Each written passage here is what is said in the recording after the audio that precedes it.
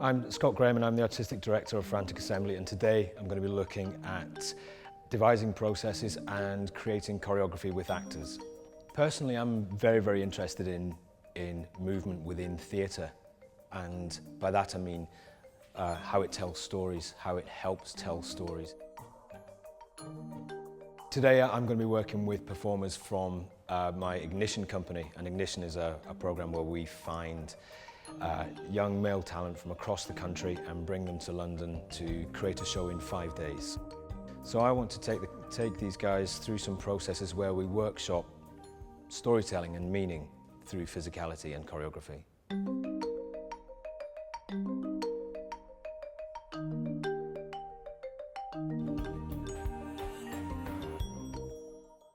Round by through.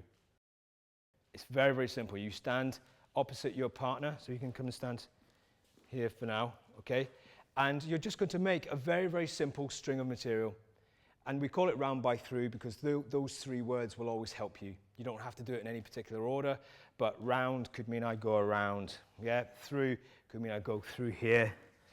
By, you know, I'm just standing by him. It doesn't really matter, that's just there to help. So, if I do say three or four moves, then Johnny does say 3 or 4 moves, we'll slowly build up a string. So if I go through here, and turn Johnny, and then I'm going to stand here. Just very simple, building blocks, that's all it is. Let's keep it simple, and we'll add complexity.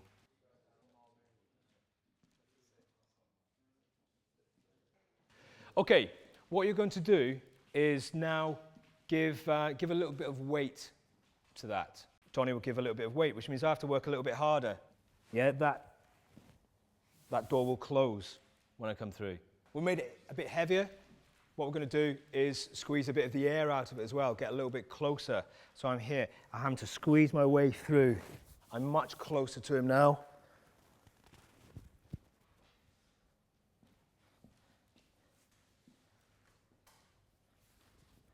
Okay.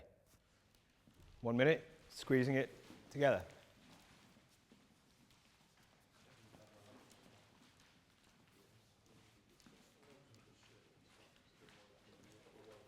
Okay, now if I go through here, what I've got to recognize is that there is real good contact happening now. So actually, I can do it. I can move them around just by that. It's about presenting opportunities for communication. There's more to it as well. If I go through here, and I'm here, so I recognize I'm in the right position to do a lift. Try and find those opportunities for lifts and shifts and moves, okay?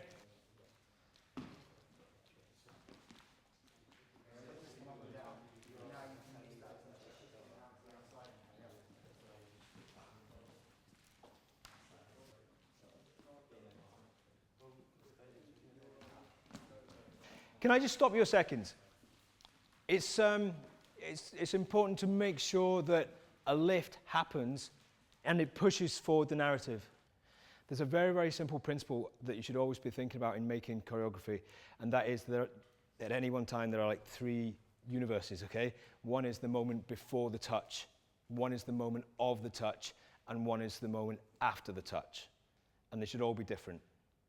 There's something you guys are doing when you move into one position into another where your hand wraps around each other, yeah? Well, as an event between 2 guys, that is a fairly major event. Let's see your moves here. Hold on. That's your first touch there.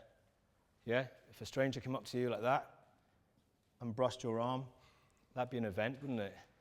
So come back a bit, Mike. Also, a stranger is here and then closes down this space. This is the world before the touch. And that world should be going, wait a minute, you know, what's happening here? This is being squeezed. So this becomes an event, and that becomes a decision. Yeah. Okay, so recognize it. Don't throw away any moment. This is where the complexity of the storytelling starts to emerge. Okay, nice and slow.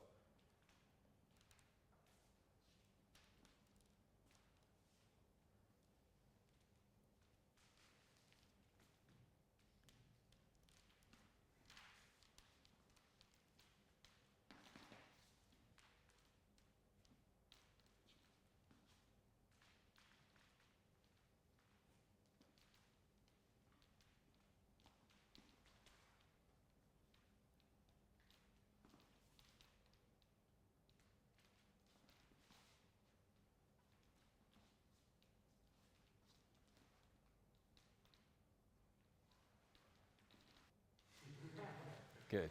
There's something very surprisingly tender, and it could easily just have been you two as big brutes throwing each other around, which it still can be, but you found this sensitivity as well. Choreography itself doesn't necessarily possess meaning. It's the context with which that choreography is presented that presents the meaning. I'm going to show you the devising process called Hymns Hands, because we used it in a show called Hymns, and it uses your hands. It's very, very simple, some very simple rules, okay? You're just going to stand facing each other. It's about placing hands on the body, just on the trunk, really, okay? And you can use your own hands, or you can move somebody else's. Okay, back to the beginning.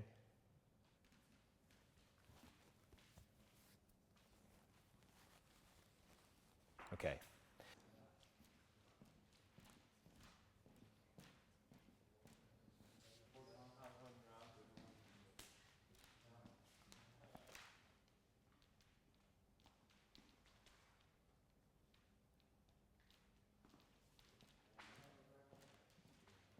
Stop there, stop there. Right, can we just have a look at yours, okay? Let's just try something. Johnny, could you make eye contact with CJ? Wherever he goes, you keep looking at him.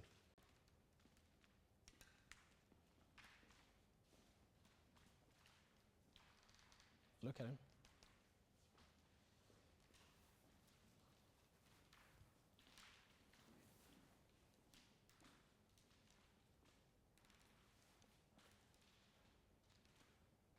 It's interesting about still being able to do the moves and not caring about it, or still being in the relationship while thinking about somebody else, yeah? Or still being able to look like you're in the relationship and keep somebody away from him, protected. Whatever that is, that's three complex stories starting to emerge from this physicality. Okay, I'm going to push that a little bit further. Then can you come into the center? We'll have a look at yours. Thank you, guys. So what you're going to do is do the same choreography, but as slow as you can. And the only difference this time is that as you do the moves, I want you to look at the hand that's doing it. Okay? And then the next move, I want you to watch until it's complete. And then the next move. Okay? So both of you are watching the only hand that's moving.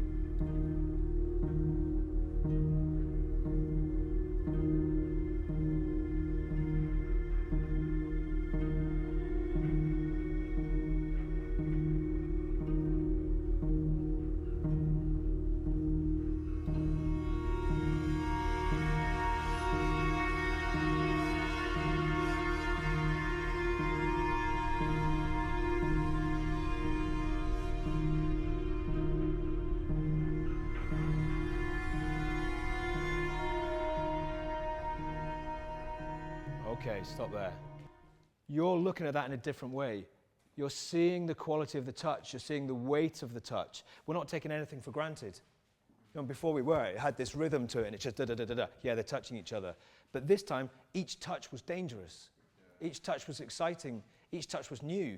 It's the three worlds, isn't it? The three universes, rather. You know, before the touch, the moment of the touch, and the moment after the touch. And they're all different. Right, well done, guys. That was excellent. Really lovely work. What was great about the end products there was that there was so much communication. But what I ask you to remember is just the simplicity of the building blocks.